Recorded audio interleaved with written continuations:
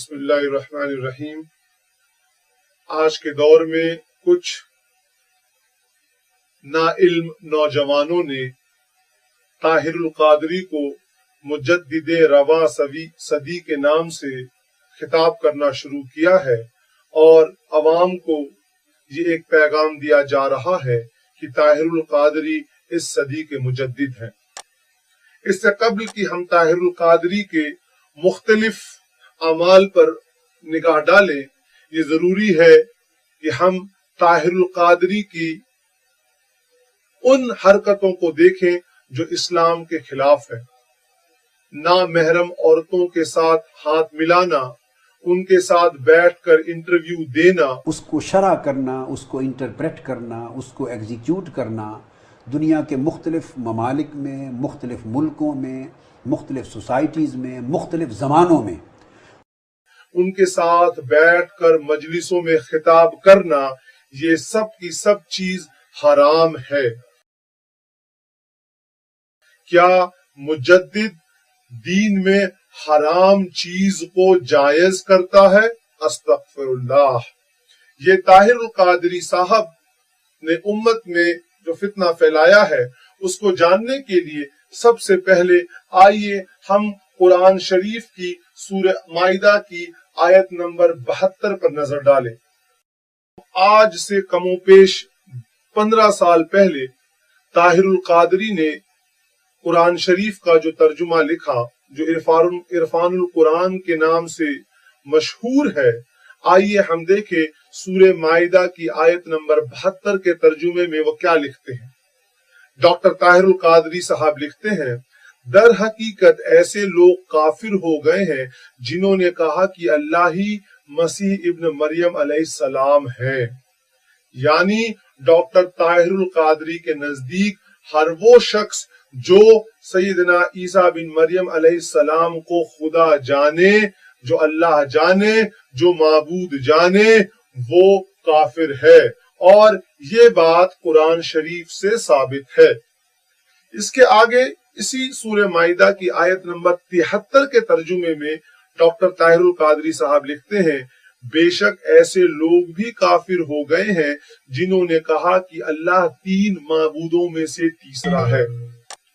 یعنی ڈاکٹر طاہر القادری قرآن شریف کے اس فیصلے کو 15 سال پہلے انہوں نے اقرار کیا، تسلیم کیا کہ وہ لوگ بھی کافر ہیں جنہوں نے 3 معبودوں کو تصور کیا یا ٹرینیٹی کے نظریے کو اپنایا۔ لیکن آج 15 سال بعد طاہر القادری کو آخر کیا ہو گیا ہے کہ وہ ان نصرانیوں کو، ان کرسچنز کو بلیورز تصور کرتے ہیں۔ آئیے سماعت فرمائیں۔ اور بلیورز ان کو کہتے ہیں جو اللہ کی بھیجی ہوئی وحی پر، آسمانی کتابوں پر، پیغمبروں پر ایمان لاتے ہیں، مذہب ان کا کوئی بھی ہو۔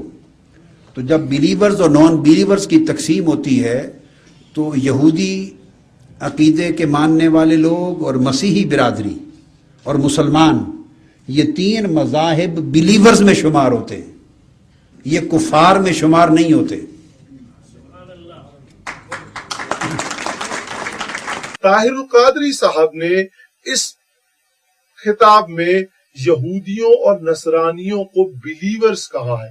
واضح رہے، نصرانی کرسچنز کو کہتے ہیں اور یہودی جیوز کو کہتے ہیں، لیکن یہودیوں نے تو عیسیٰ بن مریم علیہ السلام کی نبوت کا انکار کیا اور ان کے اوپر تہمت لگائی، تو بھلا یہ یہودی بلیورز کیسے ہوئے جب انہوں نے عیسیٰ بن مریم علیہ السلام کی نبوت کا بھی انکار کیا، ان کے اوپر بہتان بھی لگایا؟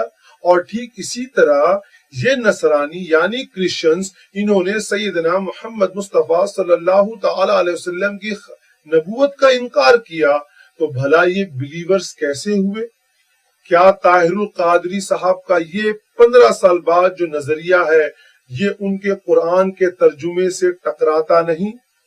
غور کریں، 15 سال پہلے طاہر القادری نے ان لوگوں کو کافر کہا اپنے عرفان القرآن میں، اور آج 15 سال بعد وہ ان کو بلیورز کہہ رہے ہیں۔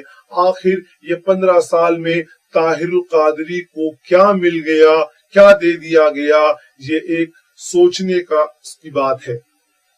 اس کے بعد آئیے ہم ایک مجلس کی طرف توجہ کریں جس کو طاہر القادری نے لندن میں ویمبلی ایریا میں سجائی، اور طاہر القادری نے اس میں مختلف مذاہب کے لوگوں کو بلا کر ان کے مذہب کے مطابق عبادت کرنے کی اجازت دی۔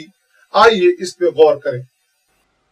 And we will remember at the same time the awakening of Buddha. And we will remember the love of Krishna. And we will remember the optimism of the Sikhs. Under the roof of this terrestrial paradise, may each religion keep its fragrance. غور کریں، طاہر القادری صاحب کہتے ہیں May the fragrance of all religion remain on this earth، جس کا ترجمہ یہ ہوا کہ تمام مذاہب کی خوشبو برقرار رہے۔ یہ قرآن شریف کے حکم کے بالکل خلاف ہے، کیونکہ اللہ تبارک و تعالیٰ قرآن مجید میں ارشاد فرماتا ہے ان الدین عند اللہ الاسلام، کہ اللہ کے نزدیک صرف اسلام ہی دین ہے۔ آخر طاہر القادری کس منہاج کی پیروی کر رہے ہیں، کس منہاج کی تعلیم دے رہے ہیں جس میں عین قرآن شریف کی مخالفت بتلائی جا رہی ہے۔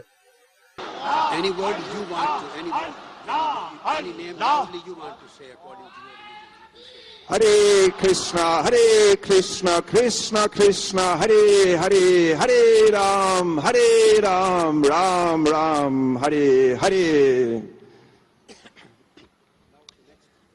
Jesus.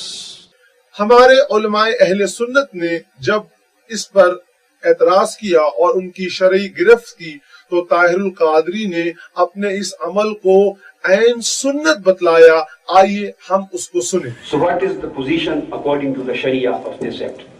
So this act which we have done, and I allowed and I arranged it in London, this is not a bid'ah hasana, this is sunnah.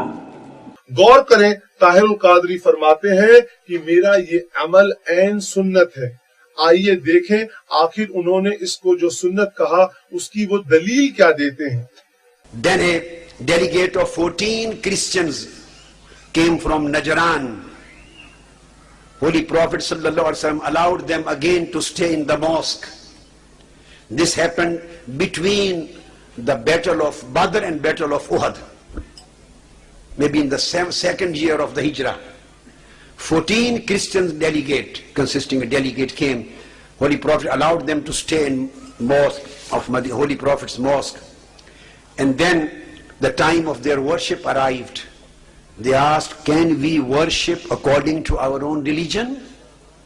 Holy Prophet ﷺ said, yes, you are allowed to worship according to your own religion in my mosque, Al-Masjid al-Nabawi. And they performed their worship according to their religion, facing towards east, opposite side of Kaaba. And this was performed in Al-Masjid al-Nabawi by the permission of Holy Prophet sallallahu alaihi wasallam. ہمیں غور کریں، طاہر القادری کہتے ہیں کہ 14 نصرانیوں کا ایک delegation اللہ کے رسول صلی اللہ تعالی علیہ وسلم کی بارگاہ میں حاضر ہوا۔ انہوں نے اپنے مذہب کے مطابق عبادت کرنے کی اجازت مانگی اور اللہ کے رسول صلی اللہ تعالی علیہ وسلم نے ان کو اجازت دی۔ کہا ہاں تم کو اجازت ہے کہ تم اپنے مذہب کے مطابق میری مسجد میں عبادت کر سکتے ہو۔ آئیے ہم دیکھیں کہ طاہر القادری کی اس روایت میں کتنی سچائی ہے۔ طاہر القادری اپنی اس روایت کی دلیل امام بہقی کی شعب الایمان اور امام ابن سعد کی طبقات کا حوالہ دیتے ہیں۔ سامعین غور کریں، اس روایت کو تاریخ میں مختلف محدثین نے اور مفسرین نے اور مورخین نے نقل کیا ہے۔ امام ابن الاسیر الجزری نے اپنی کامل میں، امام ابن حجر العسقلانی نے فتح الباری میں، امام عینی نے عمدۃ القاری میں، امام بیہقی نے دلائل نبوت میں، اور امام ذہبی نے تاریخ الاسلام میں، ابن کثیر نے بدایہ میں نقل کیا ہے۔ لیکن کسی بھی عالم دین نے اس بات کو روایت نہیں کیا ہے کہ اللہ کے رسول صلی اللہ تعالی علیہ وسلم سے ان نصرانیوں نے اجازت مانگی عبادت کی اور حضور نے ان کو ان کے مذہب کے مطابق عبادت کی اجازت دی، اور یہ ممکن نہیں۔ وہ اس لیے کہ ہر نبی اس دنیا میں کفر اور شرک کو مٹانے آتا ہے، کوئی نبی کسی بھی حالت میں کفر اور شرک کو اقرار نہیں کرتا، تسلیم نہیں کرتا۔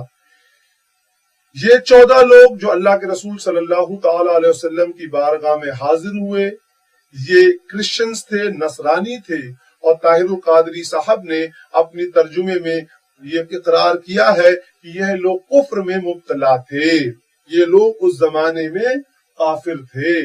تو آخر کافروں کو اور مشرکوں کو کفر اور شرک کے طریقے پر عبادت کے لیے اقرار کوئی نبی کیسے کر سکتا ہے؟ اسی لیے یہ جو اضافہ ہے روایت میں کہ ان لوگوں نے اللہ کے رسول صلی اللہ تعالی علیہ وسلم سے اجازت مانگی اور حضور نے اجازت دی، یہ کسی بھی تفسیر یا حدیث یا تاریخ کی کتابوں میں نہیں پایا جاتا، اور محض طاہر القادری کی اپنی سوچ کا نتیجہ ہے۔ سامعین غور کریں، قیامت آ جائے گی لیکن طاہر القادری اس روایت کی دلیل اور حوالہ نہیں لا پائیں گے، کیونکہ کسی بھی اسلامک کتب میں یہ روایت اس طرح موجود نہیں جس من گڑت اور من مانے طریقے سے طاہر القادری نے بتلایا۔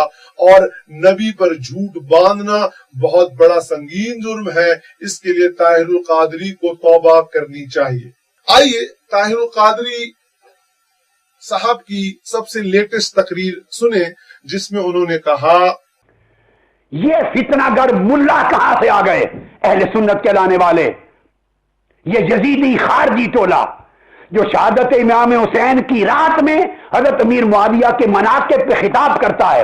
وہ اس لیے خطاب کرتا ہے کہ ایک صحابی ہونے کی آڑ لے کر ان کی منقبت بیان کرتا ہے، من اس خبیث کا یزید کی حمایت کرنے کو چاہتا ہے، وہ حب اہل بیت کی مخالفت کر رہا ہے، وہ بغض اہل بیت رکھتا ہے۔ سو میں علماء سے کہوں گا کہ ایسے خارجی ذہن لوگوں کے لیے خاموش نہ رہو، آپ کی خاموشی جرم ہے، ننگا کرو اور اہل سنت کی صفوں سے جوتے مار کے باہر نکال دو۔ غور کریں، ان کے مطابق ہمارے دور میں وہ لوگ خارجی ہیں جنہوں نے معاویہ رضی اللہ تعالیٰ کی شان میں تقریریں کی۔ آگے طاہر القادری فرماتے ہیں، حضرت معاویہ کے مناقب میں جلسے و تقریر کرنا اہل سنت کے ائمہ نے کبھی نہیں کیا تھا۔ آئیے ہم دیکھیں طاہر القادری کے کردار کی ایک اور جھلکی۔